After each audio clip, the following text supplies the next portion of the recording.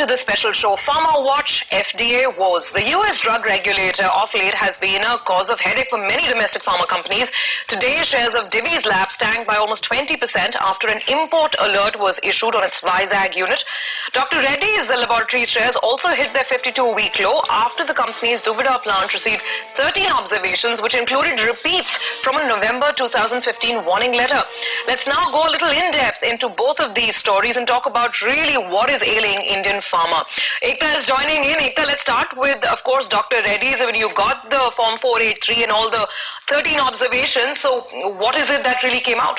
Well, I'll start with giving you a little bit of background for Dr. Reddy's. It had received 13 observations for the Duvida facility. Now, the particular Form 483 itself was 15 pages long, and the first observation itself was 7 pages long. 13 observations, 15 pages, and the first one just 7 pages long. So you can imagine the extent and detail of that one.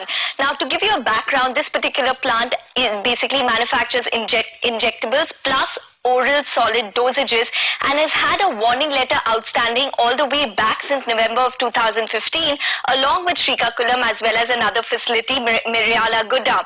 Now, what really stands out about this particular inspection that took place in Feb and March of this year itself is that the company has got repeat observations from a November 2015 warning letter as well as a Form 483 which was issued to the plant some time ago. So there are repeat observations which stand out. A couple of the observations which stand out and should come up for you is, for example, failure to review unexplained discrepancy with regards to product distribution, written procedures for production and process controls not followed, failure to maintain complete data to ensure compliance, written procedures to prevent biological contamination not followed, and so on and so forth. And a lot of it also had to do with regards to maybe some amount of misrepresentation or misleading of data from employees themselves.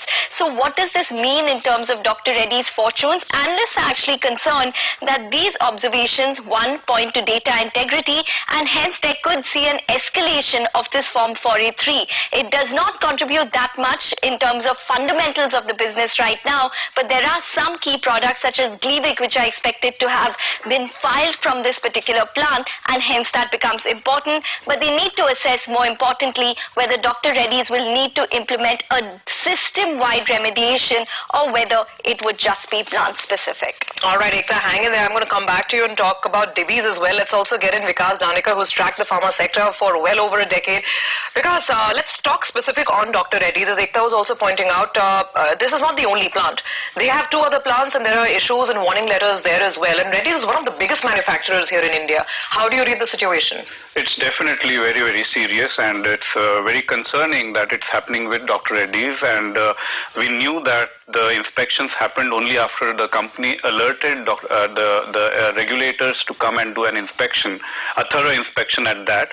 And Duvida, specifically mentioning about Duvida, it's an injectables facility as well as an oral facility.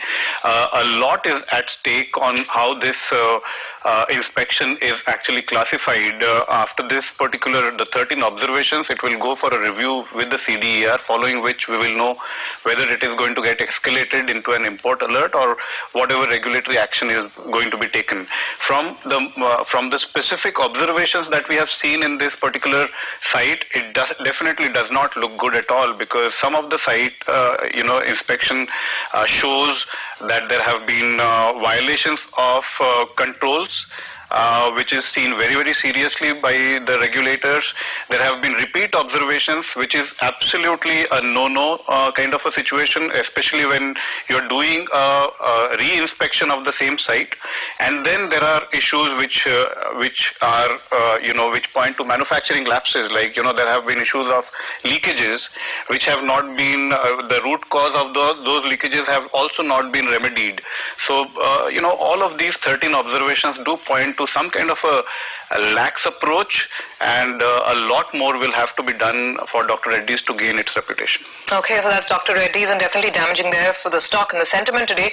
Now let's talk about Divi's. That stock actually ended down over 20% because things are pretty serious here. We're talking about an import alert on one of their units. Ekta, I believe this unit is very significant in terms of total sales as well for Divi's, right? And there's a little bit of complexity because I think some products have been left out of the import alert. So help us understand this. Yes, absolutely. Well, I'll just give you a background about this. The basic news is that they've received the Unit 2 at Vizag or Visakhapatnam has received an import alert from the US FDA. Now, 10 products have been excluded from this particular import alert, which includes key products which are manufactured by Divi's Labs from this particular facility, gabapentin and naproxen. Why is that? Because the US was possibly fearing a shortage if in case they had put these particular products into the import alert as well. Now, this particular plant itself was inspected by the US FDA from the 29th of November up till the 6th of December, had received 5 observations. 5 in number doesn't seem to be that critical, but it was the nature of the observations which resulted in this conversion to an import alert. Now, to put things into perspective, like you mentioned, the 483 was 18 pages long, but we do understand that Divi's response was 700 pages long to the US FDA as well. Critical plant, like you mentioned, so around 60 to 65% of the total sales are manufactured in Unit 2, and 20 to 21% of the US sales is basically from this particular plant. What does this do in terms of an EPS estimate? If there was no alert and things went on as normal, then for FY19 the estimate was around 65 rupees. With certain exemptions but an import alert, it comes down to 45 rupees, which is exactly what the situation is now, which is around 14 times PE, and without any exemptions, which is a blanket import alert, the PE would have come down to around 16 times with an EPS estimate of around 38 to 40 times if you look at it at the current market price. But a lot of uncertainties still remain. For example, clients possibly moving to other API suppliers to de-risk themselves. Other regulators, say such as Health Canada, etc., taking a more stringent view. US FDA scrutiny on Unit 1, which is the only other unit which is really critical in terms of the Divi's Labs operations, and capacity constraints in order to not allow Divi's Labs to transfer their production successfully from Unit 2 to Unit 1, even for those exempted products. We did speak to the management, and they said that they are in talks with the customers, and they are doing their best in terms of response to the US FDA as well. Okay, Vikas, your sense on Divi's, as Ekta was, telling us that though a couple of the critical products have been left out, but then that's nothing really to sort of, take any sort of comfort from, is it? Not at all, because, Divi's is known to be one of the most reputed companies, and contract manufacturing companies have this high risk of getting audited not just by the regulators, but the independent companies also. And their business actually depends on the business of the formulator. So Divi's typically will be having a lot of global companies as its customers, and how these customers really evaluate these kind of regulatory actions is also something that is very serious. So we do not know how much of an impact, revenue impact, will Divi's have for the future. The regulatory mechanism will definitely tighten up after this, because again we have found the same data integrity lapses here as well. So a very bad trend, because over the last 10 years we had seen that companies had taken a lot of remedial actions, and to see data integrity issues coming up again was the least expected. Okay. Well, to discuss this matter further, and of course the implications, wider implications on the pharma sector and the generics industry here in India, we have with us several experts. We have Kalpesh Kumar Vaghela, CEO of Infra Control Systems, joining in, Dr. Gurudatta of Estima Pharma, and Brian Tempest, former CEO of Ranbaxy. Gentlemen, welcome to the show. Brian, let me actually start with you, because you've been here, done that, etc., so to speak. And I'm looking at just some basic numbers that kind of came up. The number of inspections that the US FDA has done from 2010 to 2015, that has gone up quite dramatically. I mean, I have some basic reports with me. So 2015, total inspections stood at 298, which is 3 times the number of inspections in 2010. Of course, one can also argue that the number of facilities would have gone up, more companies are existing today. But how do you sort of perceive the US FDA's approach towards Indian generic companies today? Well, good afternoon to you. I mean, I think that there's a huge number of issues that are actually facing the Indian pharma industry. Normally, I'm very, very positive on the Indian pharma industry, and I talk at length about all the very positives, but I do think that the number of challenges are growing. And whilst you're focusing at the moment on FDA inspection issues, there are issues in terms of pricing. If you listen to President Trump last night in Kentucky, he talked specifically about bringing in tender prices of pharmaceuticals in America, and maybe even wrapping them up with the new replacement for Obamacare. So I think there are pricing issues. I think there are price fixing issues that are going on around different parts of the world. And in terms of the inspections, whilst you have certain bits of news today, in fact, if anything, I think that the Indian CEOs are more on top of the inspections than they have been in the past. And I think China has got a bigger problem than India. But I do think that, you shouldn't just look at the number of inspections. That could be driven by the volume of business that India has got with the USA. But, if you have an issue with FDA inspection and it's based on integrity, then that is a really big issue in terms of getting resolved. If it's an issue on GMP, then that can be, I think, worked through. Mr. Waghera, let's also bring you into the conversation here, and let's talk about, for instance, some of the biggest companies. We have Sun, which is still grappling with Halol. Of course, they got good news. Sun also got good news with respect to the Mohali unit earlier. Reddy's, we've spoken about 3 plants under scrutiny. So some of the biggest manufacturers are dealing with these issues, and as Ryan was pointing out, some of the issues sound very, very serious in nature because they relate to data integrity. So, I mean, are we sort of jumping the gun? It's sort of Indian emotion. We tend to want to believe that the US FDA is acting unfair, but is it really? No, I think, good afternoon first of all, and I think US FDA is very fair and transparent. Till now the focus was not that much on the data integrity part, but in recent audits this has been highlighted a lot, and one by one we are finding out that so many companies are getting into trouble because of the data integrity issues.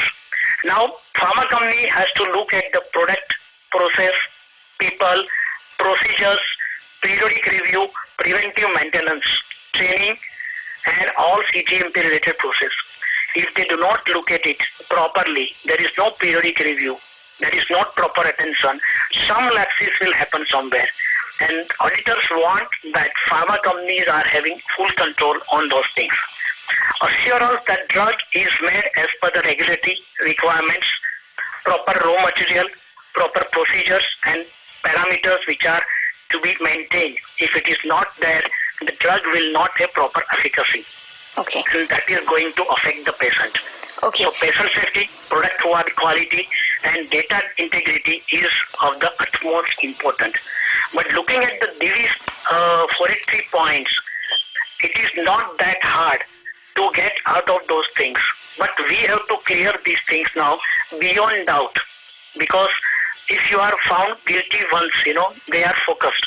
So now we have to prove that thing, and if we focus on these particular areas and prove them that we have proper procedures in place, proper controls are in place, certain automations we need to have it, we are going to have it, and certain equipments problems, they got it in the 483. If they have some kind of a new equipment and other things, they can get out of the fast. But the advantage is certain products are still allowed by the FDA. All right. Correct? So they have an edge. Okay, that point is taken, Mr. Kalpesh. We're just going to come back to you in just a quick bit. We have Mr. Guru Datta also joining in to talk about this. Sir, we've seen a lot of import alerts, or maybe warning letters, not import alerts really, but warning letters come through for a lot more API companies recently. So, for example, we've seen it with granules, we've seen it with hetero, not really import alerts, but maybe some amount of inspections for API companies more so than previously. Do you think that that's going to be a trend that we're going to see more stringently going forward, that the US FDA is going to go down the supply chain? No, absolutely not. In this case, generally they go as per the respective guidelines and the procedures when they are doing an audit of any particular facility. They will not strategize that we have to concentrate heavily on the API part or the bulk drug part of it, or we need not to concentrate on the finished dosage part. That is not the case at all. Always the API facilities, recently in 2012 there is a new guidelines come in as ICHQ 11 guidelines. It gives a lot of importance with respect to synthesis development as well as the manufacturing. What controls you have in the synthesis development, what controls you are going to have in the API manufacturing, those things will be looked into with respect to the new guidelines. That's why if you see after 2015 onwards, you are finding a lot of FDA observations coming out of API audits. Okay. All right, gentlemen, just stay on. We have a couple of more questions, but we need to take a mandatory break. So stay on. We have more questions on the other side with regards to this topic.